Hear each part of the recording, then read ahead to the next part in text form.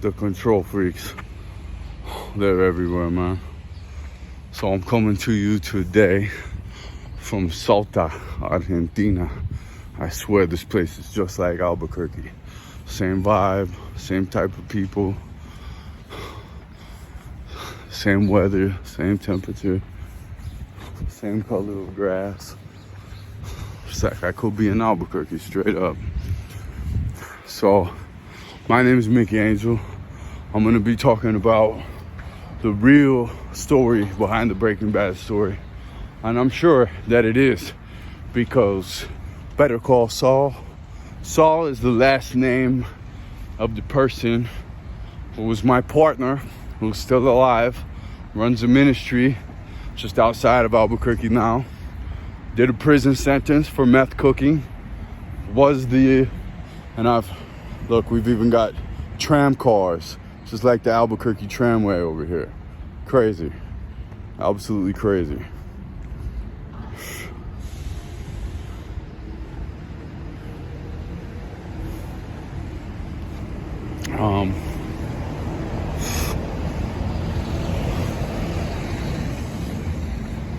Being invited to some group call in Panama. Yeah, I am the go-to guy for all Latin America. You better know, right? Check that out. Tram cars and everything. So Saul is actually the last name of the. Doesn't that look exactly like the tram pit in Albuquerque too? Same exact builder. Anyway, so Saul is the last name of the real Walter White. Ken is Saul, DJ Ken. So I'm probably known to most in Albuquerque as Mickey Angel, but I had lots of names, you know. Little B, Little Shop of Horrors, Little Stick of Dynamite. Yeah, you know. So these true stories from Albuquerque, New Mexico are really Breaking Bad, straight up, because they're more interesting and better than the real stories of the movie. Man, do they even get, I mean, it's just absolutely crazy. And there's so many hidden pieces of the show. Like I'm telling you, Better Call Saul, that's Ken Saul's last name. That's a rare last name, by the way. There's not too many, especially in Albuquerque. So we know that there's been connectivity all over the place, right? So check it out. The reason people know me as Mickey Angel most is because of the 5-year heyday of the rave day from 1997 to 2002 about. And during this time, myself and Ken Saul and Todd Puckett, Mr. Happy, DJ Complex, DJ Dream, Shauna Gizmo, Shauna Lovato, and I'm dropping these names because when it's a true story, there's true witness, tons of them, right? DJ Eldon, Reverend Mitten.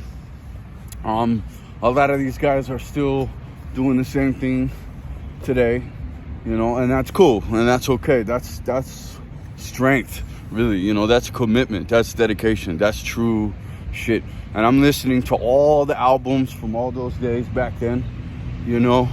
I am now in the Albuquerque, New Mexico Hall of Fame for a legendary club that was in the Lobo Theater that my little brother Jared Hamblin, who we lost with another little brother on the same day, February 1st, 2019, was actually stuck on Crime Stoppers for the third time for something else. At the same time, they were putting out reports asking for information who desecrated this historic theater, which we didn't. We kept it in primo condition. We were making bank. I mean, just phenomenal money there, and we took good care of the place, and we loved that place, man. Absolutely. So that's misinformation, and it's still there, but no club will ever go down in it in this historic monument because it was named a historic monument. You know, in the crybabiness of us being done with it. The real reason that the whole scene came to an end was because because I killed it so hard, and the competition and the small jealous-minded haters. This was my first chapter of small jealous-minded haters. Were so viciously upset of how much I just ruled the fucking scene that they started making all these reports to the police about how I was a thug and all this stuff, you know, which was probably true.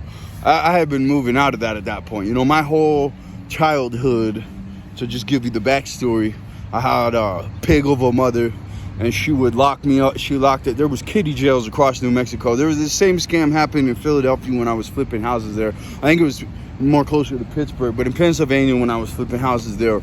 And there's a documentary about it called Kids for Cash.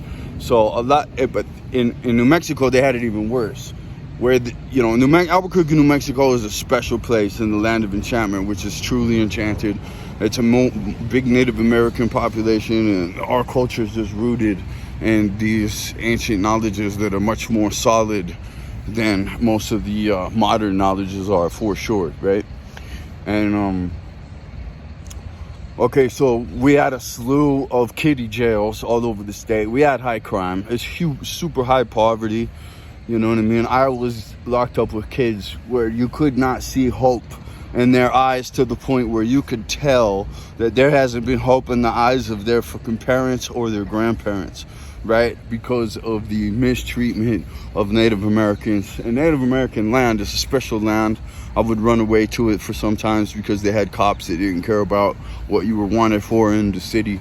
But when you pull off into any reservation, the first thing there is a cigarette store and an alcohol store. And half of them didn't even have a grocery store. So, and then the next thing that would open up would be casinos. And they would fight to wreck their own population even more. A small few wrecked the big to get, you know, we hear this story all the time. I walked by a glass obelisk as I started this thing, right? It's control freaks and live and let live people. That's the reality that we live in. And live and let people are not the type to jump up. But as Edmund Burke says, evil only needs good men not to jump up in order to prevail. So we need to change that.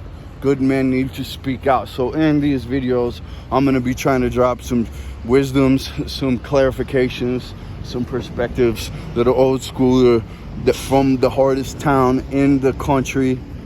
And they eventually saw that, and they assembled a police force after I left that would be pretty much told to just kill people. And then there would be an international investigation into this police force and marches in the streets. I think that was 2014 that happened. I left in 2003 to join the United States military, but I couldn't tell anyone from Albuquerque what I was doing, because if an enemy, and I'd already had just a mountain of small jealous-minded haters, right? So just like a fan club that a celebrity would have, all right, for real. And one of them they had ruined their own scene by making police reports about me, and then a rave or an event, a music event, could not happen to save your life, right? So they the small jealous-minded haters destroyed their own scene they claimed to love and be the true barons of, right? And they all paid to go to every single one of my parties, even while they talk their shit, right? Okay, so realize that. CJ, Howard, Waco, Reed, Noah, Reed. I'm gonna just keep dropping names of real members of this thing. I'm sure they don't mind, and I'm sure if you called them, they will back up every single thing that I'm telling you. These are true stories. All right, so back when we started this, I was in a gang. I was a street gang member. I had to break out of juvie jails that my mom put me in from 7 to 15.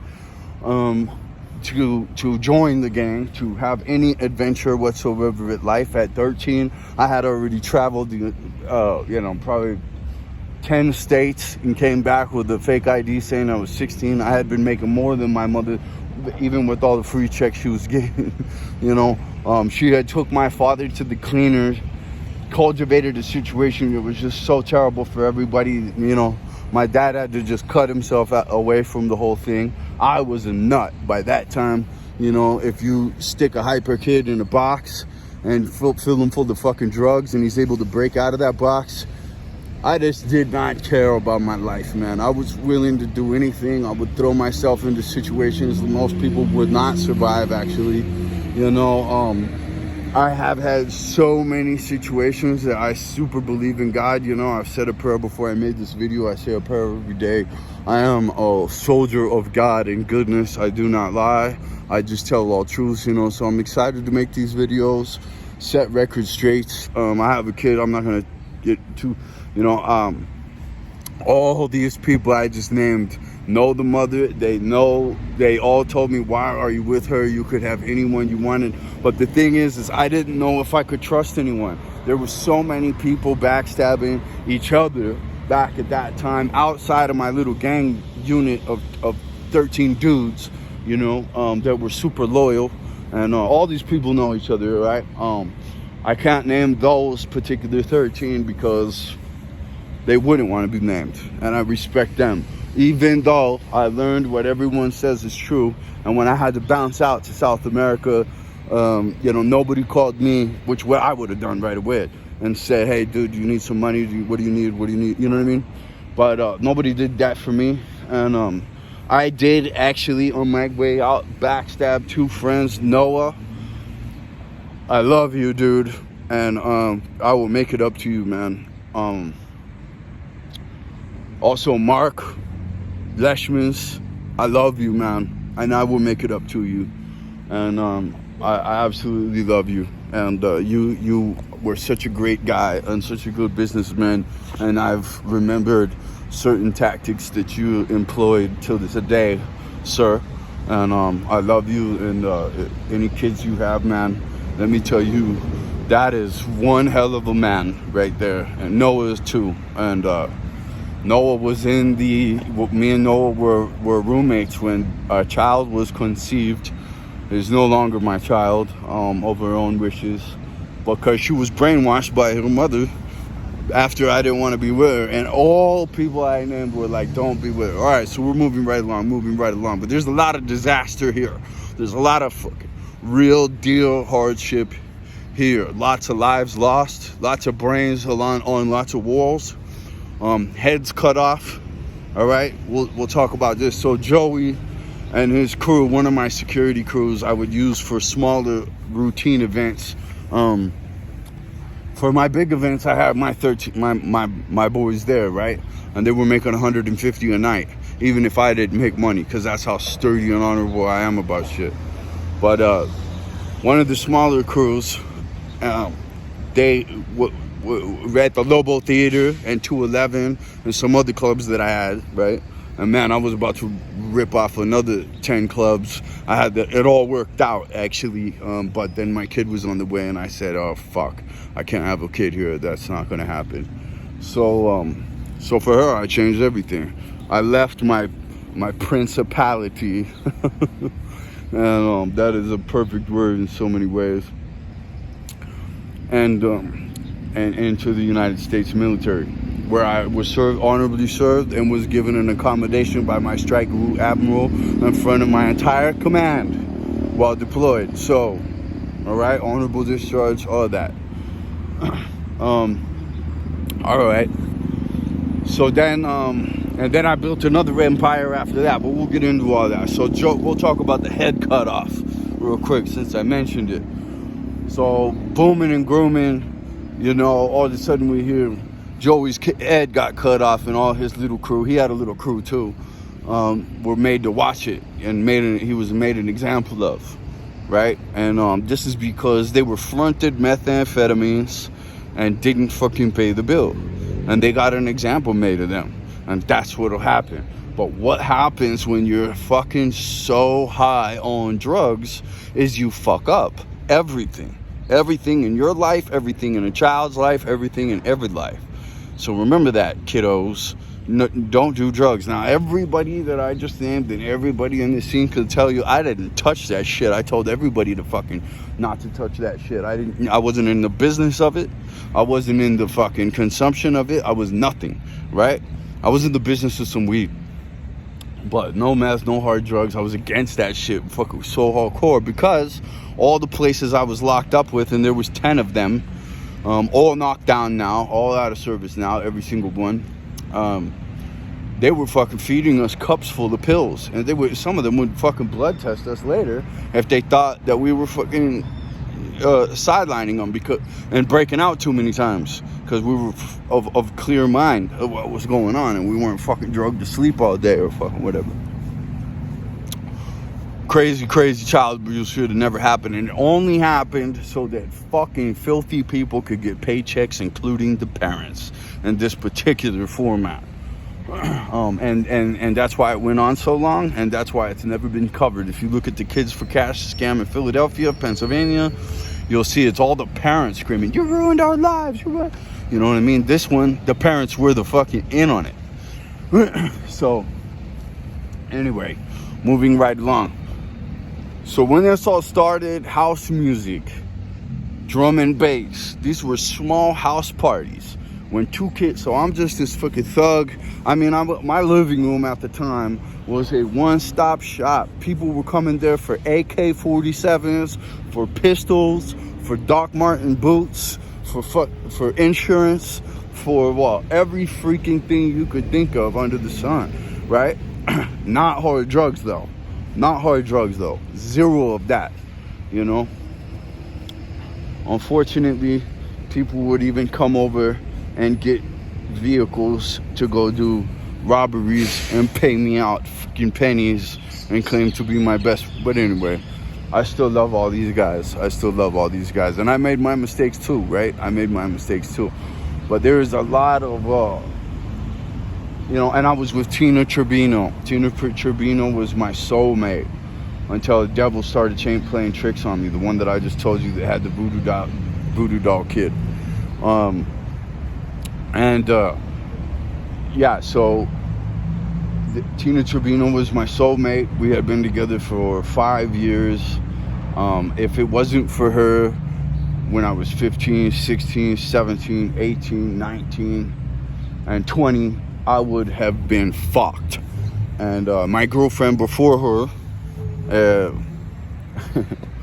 Melissa Gonzalez, is back in prison right now. Was in prison just the last chapter for hacking a chick's face apart with a meat cleaver. She made headline news, and that was just after a good friend of ours. I didn't even really hang out with them that much at all, but all of a sudden I'm in Panama, and all these calls are coming in. Is Brian with you? Is Brian with you? Is Brian with you? I'm like, no. And what happened? And the funny thing is, as my kid's being kidnapped by a fucking freak that I should have shot in the face right there to protect the abuse that went on for 10 years, and has just totally robbed that kid out of her body. But anyway, this guy Brian goes in and shoots his chick. He's in prison forever now. They all thought he had gone on the run with me, or some rumor had circulated. And nobody knew that I was in the military. Like, I am a slick mover, man. I'm straight up James Bond in the name of Mickey Angel for today, for this video, for a previous chapter. What's a name? You know what I mean? A lion could walk right by and we call it a lion. Lion. We revere it. We respect it. But we really don't know. We say the name of it and then we think we know what it is. But that could be our ancestor. That could be a spirit waiting to become a human. That could be a spirit that was a human 50 times over and is bored with us. And that's why he yawns as we try to get his attention. You know what I mean? That's why he doesn't really eat us, because he already knows that the flavor is not good.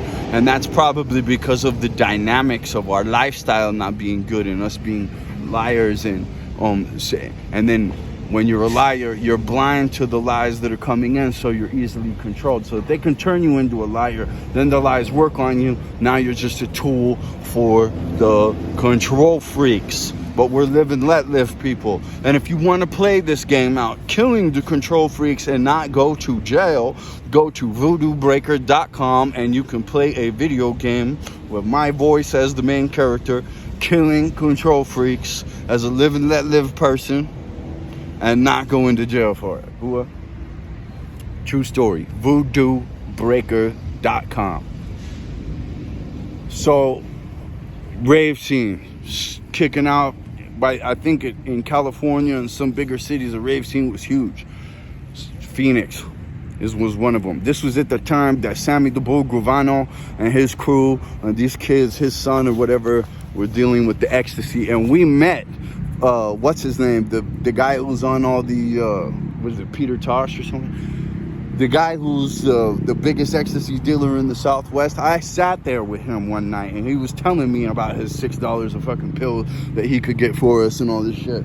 And again, I didn't go into it. I had a few other friends that I put in touch with him, but I didn't go into it. And yeah, they kicked me back because I was the big dog. You better fucking know. It's playing.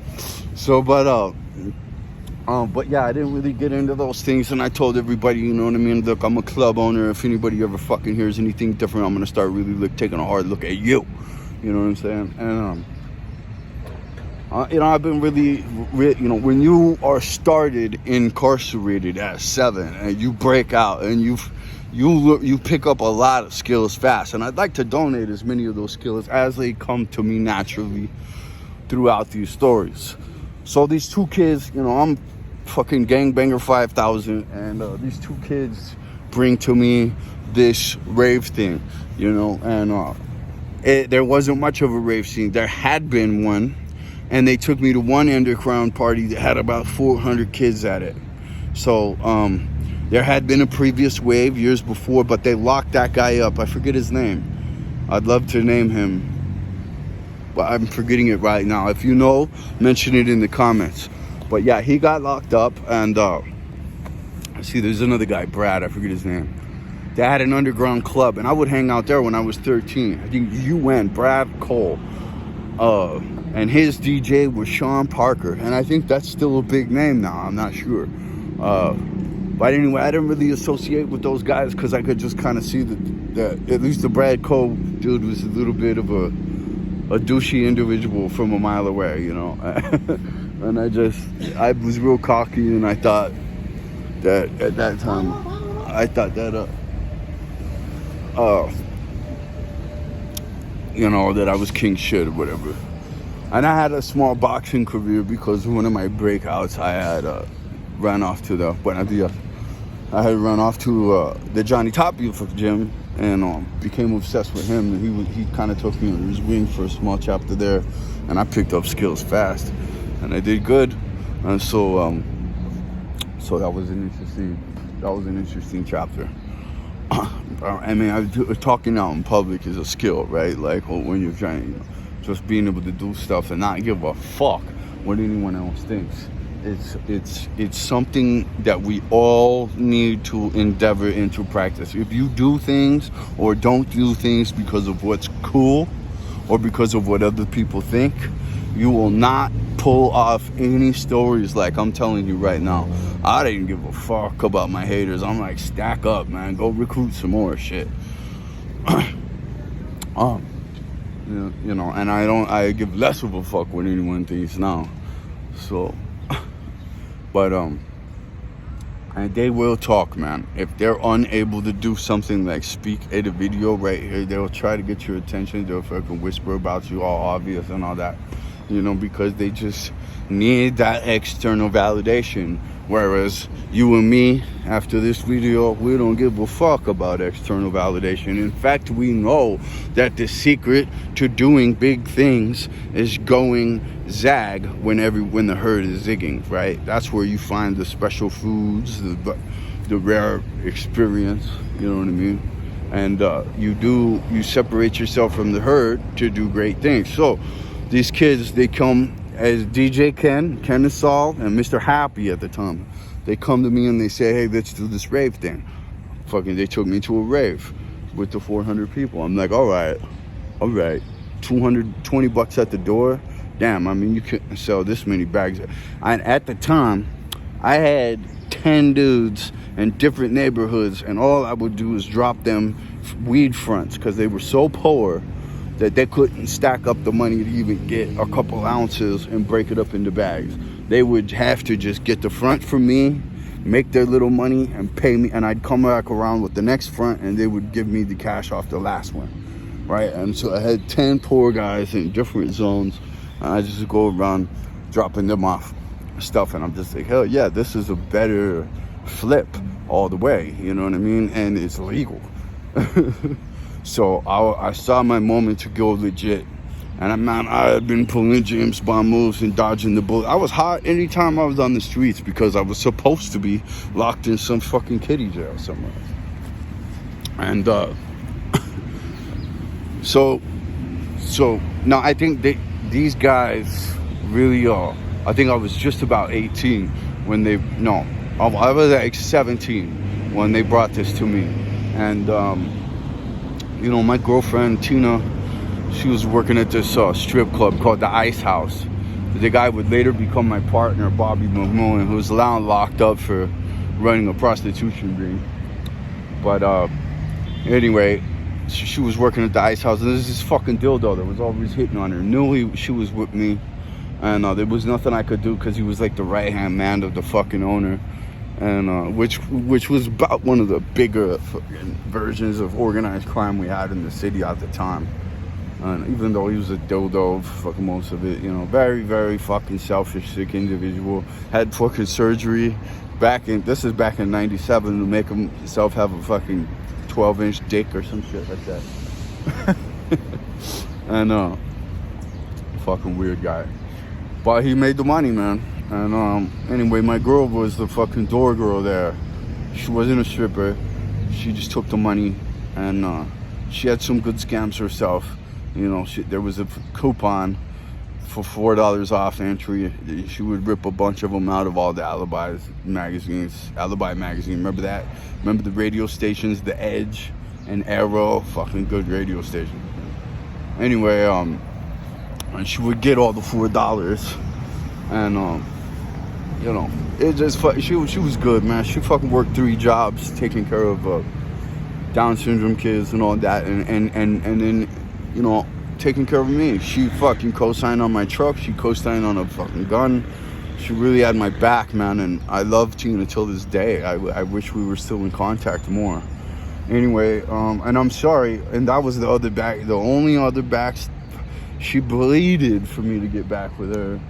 And I fucking stayed with the devil because I was just so I was engulfed in this new rave scene where everybody was on drugs, everybody was fucking each other over, everybody was cheating on each other. I couldn't fucking trust anyone. And I thought that I knew this person from this one hood when I was 14. She said she was in love with me since I was 14. So I was like, all right, well, that kind of fucking thing that kind of person ain't gonna fuck you over, right? Oh. Turkey Town. This is a fucking area of fucking Albuquerque, Turkey Town. I had to crash there, and these people's house fucking trash stashed up everywhere, but they didn't care if I crashed over here on the floor. And my other boy was dating their daughter, and he was crashing there too, and they had fairly big unit residence. Fucking ridiculous. That's where I met this fucking trash, total fucking Jerry Springer person. Anyway. So this was not. I mean, it was hard to find a Jerry Springer person in Albuquerque back then. They were fucking almost non-existent. Now they're everywhere. But back then, all you had was hardcore people, and they had to be clicked up with some other hardcore people, and they had to have those hardcore people's backs, you know. So there's really this old school Billy the Kid cowboy culture of the renegades, where you were a part of some renegades. And you had all their back, and fucking if somebody fucked with you, you guys would go back with some other fucking group like that over and over and over, and then until 10 people were fucking dead, and it would still keep going. And you know, it's a hardcore town, and I'm sure that the fucking control freaks were like, all right, social engineers. Which population will we need to worry about in the future? Albuquerque, those motherfuckers are Spartans. And they completely robbed that culture. It's gone. My home was burned behind me. And, you know, the culture that we had is gone. I remember growing up in Albuquerque, and you were drunk, fucking driving across town, fucking truck that was supposed to seat 3 with 7 dudes stuffed in it, starting 10 fights, blood fucking everywhere, but, you know, never saw a cop. No one ever would fucking call the cop. They would take their fucking licks like men and get on with it, you know what I'm saying? And we would just get tough. We would just toughen the fuck out of each other. Pulling a gun was a pussy move back then. You know, completely different culture. Right as all these people started making reports on me, my competition, people that were jealous, people that wanted to throw parties and fucking take me out by calling the authorities. This is what all pussies do at every fucking level, parental, business, you know what I'm saying? But this is people like me that are diehard to the code. I will never fucking do that. Outside of child abuse, I will fucking do everything I can possibly do to prevent that fucking shit, including lopping the person's head off and kicking it around as a deflated football for fucking months. I don't put up with child abuse. I was abused. New Mexico culture doesn't fucking put up with this shit.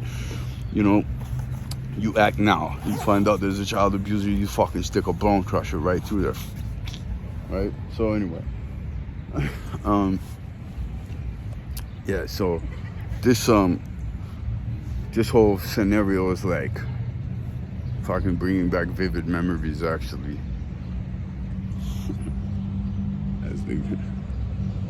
As the tram gondola comes in. It's fucking crazy. Salta, Argentina. So, the rave scene's just popping off. This is where Mickey Angel, this is where the Breaking Bad backstory comes in, right? Kennesaw, they take me to this rave. I'm like, all right, we could do this. So we start making these flyers. We started making these house parties. House parties got like 100, 200 showing up. We're playing music. We're starting to build the scene. Guys are asking us to come set up at their parties, come set up over here. Music's taking off. And this would fast forward into, you would hear my CD, Mickey Angel music, in fucking cars and driving this way and that way, just blaring in every direction. 2,000 kids at the parties, fucking $40,000 nights, $50,000 nights, Lexuses, 5 different cars, a studio on San Pedro, active public, where every fucking party would ever go off would come through us.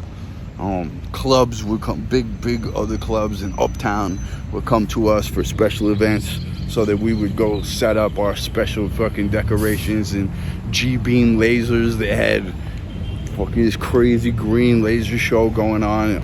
Homer Simpson running up and pissing on Lisa. If you actually turn around and look at what the laser's writing on the wall. The Lobo Theater, this dual level theater from back in the day, right in the middle of Central Avenue, right down the street from where I was born. So we're throwing these house parties.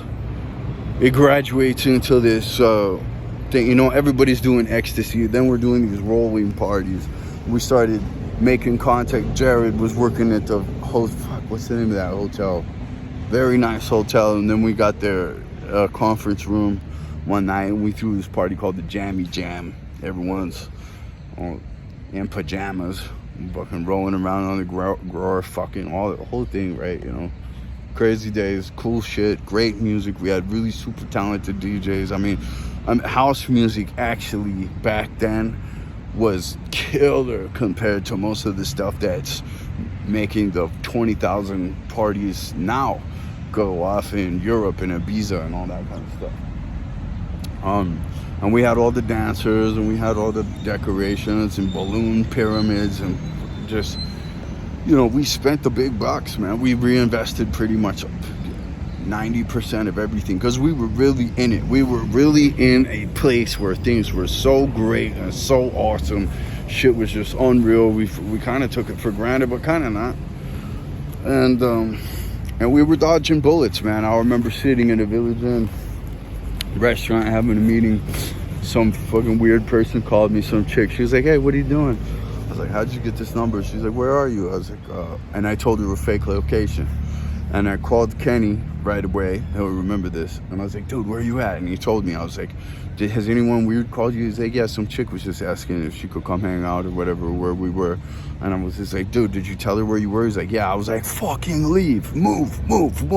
I would never think that Kenny would have ever ratted on me. I don't think that he did. Someone gave up information on me at one point. Well, me and CJ broke in through a real rave. We broke into a warehouse in the warehouse district and threw a real rave, and somebody got onto it at 3 o'clock in the morning, and we fucking bailed everybody out of the rave, and we just told them as it got broken up, go to 211, which was our club. Woo, and we fucking double charged everybody, and Kenny and a few other people got held fucking for all night, like, and sweated, you know, give us info. But we made contracts that we were just there as a sound company with some fake fucking promoter, you know, so they really couldn't pull the trigger then, but somebody seemed to give information, because, oh, dude, it was this kid's mom. It was the fucking bitch. That's right. It was the fucking bitch that had the voodoo doll kid. And that is no part of me anymore. And but yeah, it's and that's unfortunate. That's heartbreaking fucking 10-year torture on the ground. And I just told you, I'm not fucking anti-drug guy. I don't want to get lost. And I've talked enough about this on another channel that was just for her. I made 350 fucking videos, one video a day. I tried to tell her the truth in every single way. But there's no part of this child that has anything left in me, but which of a mother cut and cauterized and fucking witchcrafted that to never come back and connect. And you know what? It worked. And I had to cut and carve out whatever love I've had for her and cauterize that.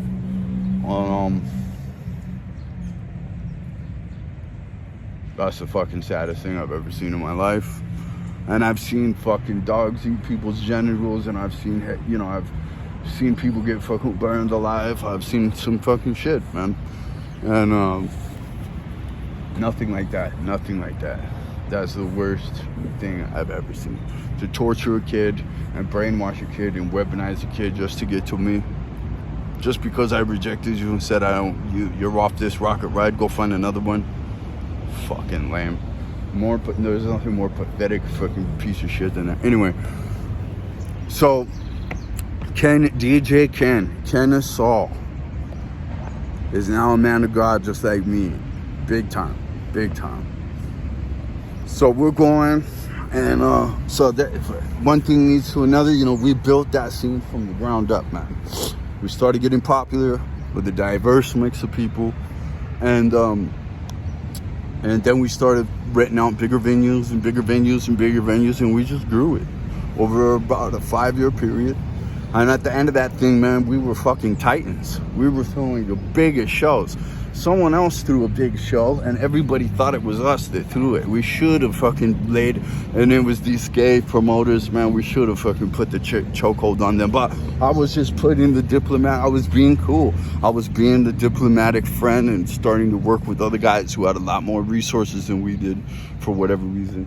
You know, we were street kids. We were street hustlers. You know, we were you know, and but there were rich people. There was Tanawan. There was the Heights. You know, there was rich people out in Albuquerque. And but anyway, so we built this scene up, man. And I was in a lot of the parties. We would fucking cash out everything, buying sound equipment, spending all our money with one guy. We were loyal, you know, building up his business. And people wouldn't believe. I remember we'd be in a sound shop, and real business would be like, well, we spend more than him. No, you don't, actually. Not even close. And we were just raking it in.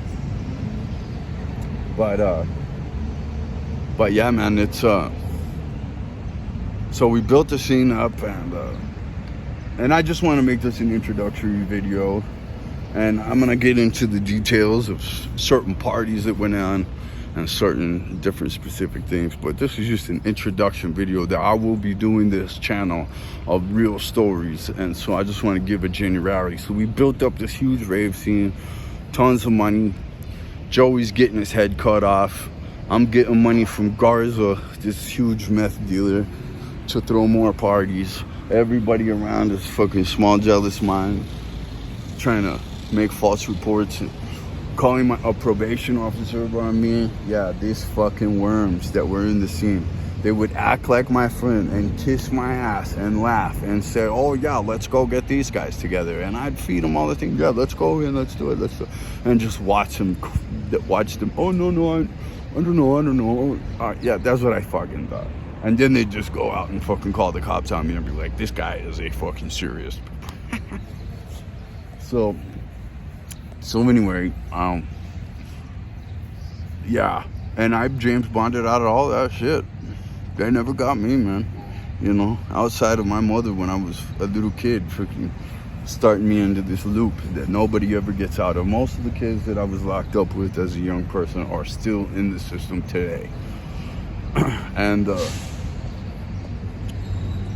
so we had the PHO kids and just all these different groups all in one building. You know, looking back, it was really beautiful because a lot of these conflicting people, because me and my homies were so fucking tough, actually, they weren't really kicking anything off because they knew that we would get into it. Just keep respect for my parties, man. And I pulled countless amounts of captains aside.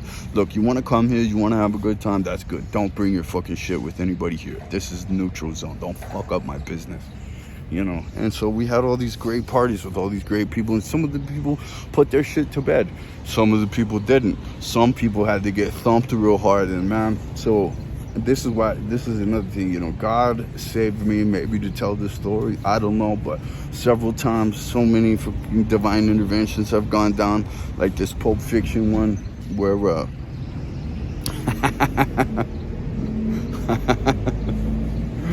where this like this Pulp Fiction one where this guy comes, he was like 10 feet in front of me, just like the kid out of the bathroom. Bang, bang, bang, bang, bang. A glass door was behind me. I had thrown 2 kids in, saved them.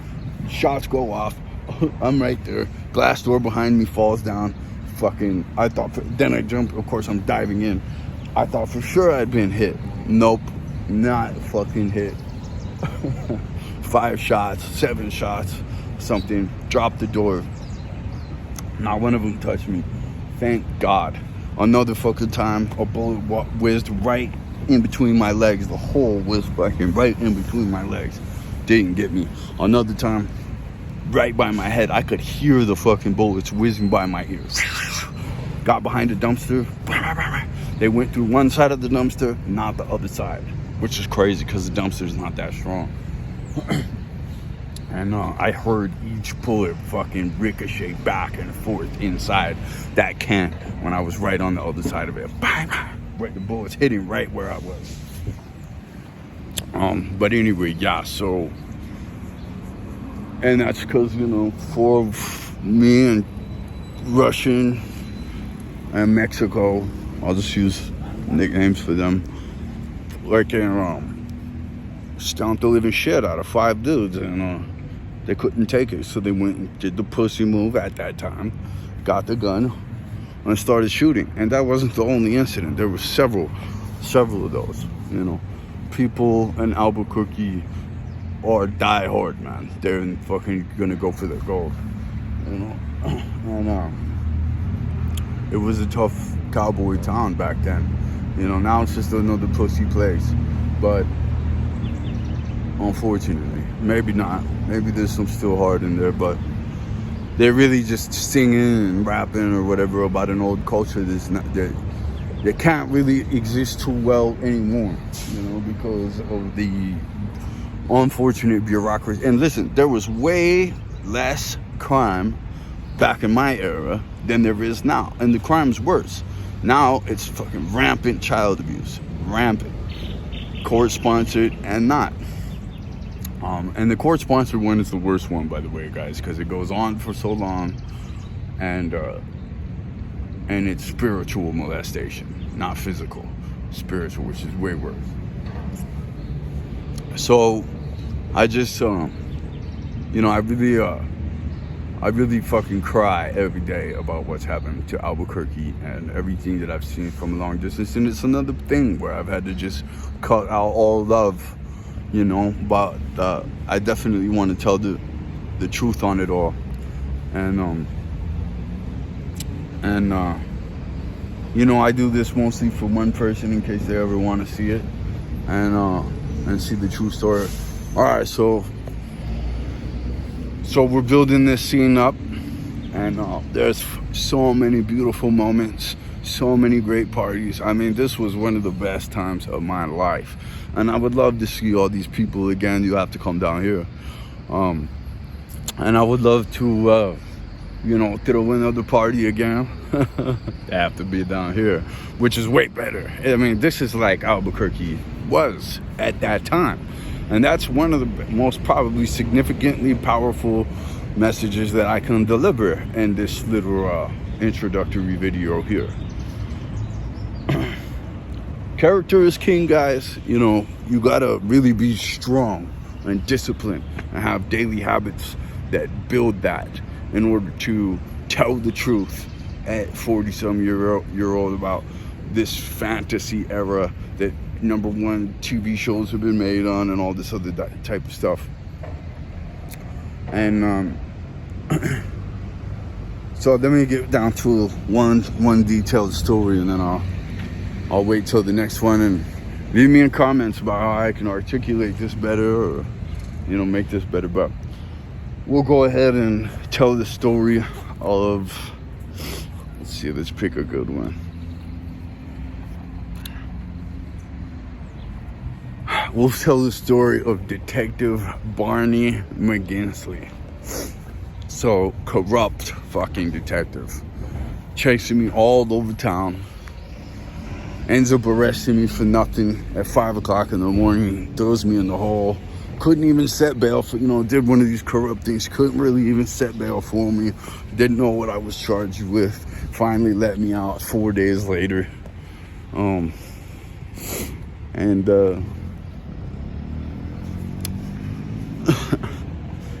this was after, so CJ comes and tells me, what's up, CJ? CJ's been down here to Latin America to visit me 2 or 3 times, 3 times maybe now. And so for that, I'll tell his story. So he's just like, hey man, I found a warehouse. We could get into this. I want to throw the party with you. Let's do it. So we had actually already had flyers cranked out. We already had a date. For those of you that don't know, raves, you call an info line, and then there's usually a map point location. And if we think you're a cop, we'll give you one map. And if we know you and you're a party goer, we'll give you another map to the actual party, right? So we did this. The map point was Active Public on San Pedro. And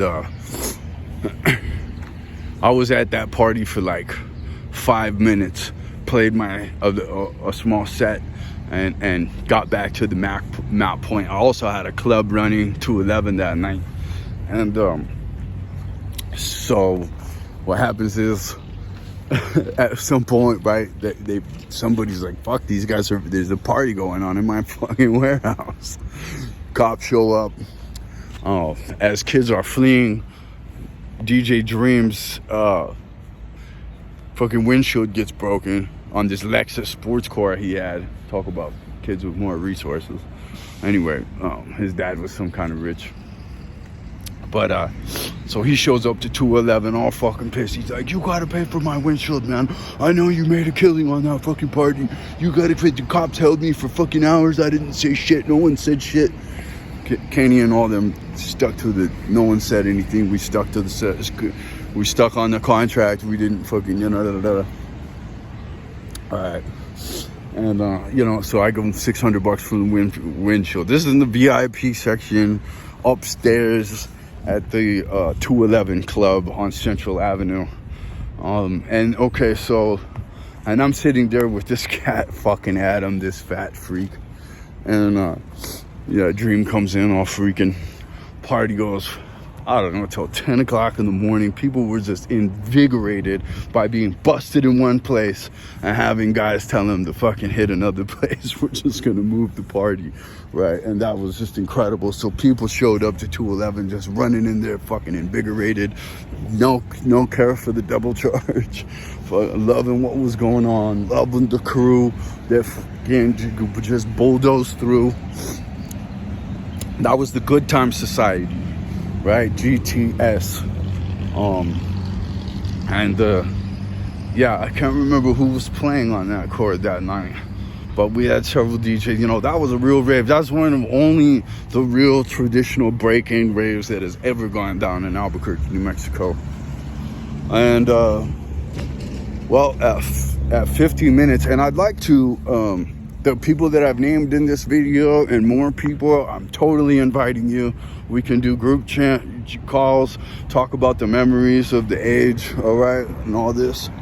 And let me tell you, there was no the thing about the Breaking Bad show that really breaks my heart is Albuquerque was such a great place with such great stories. They could have actually made a true show.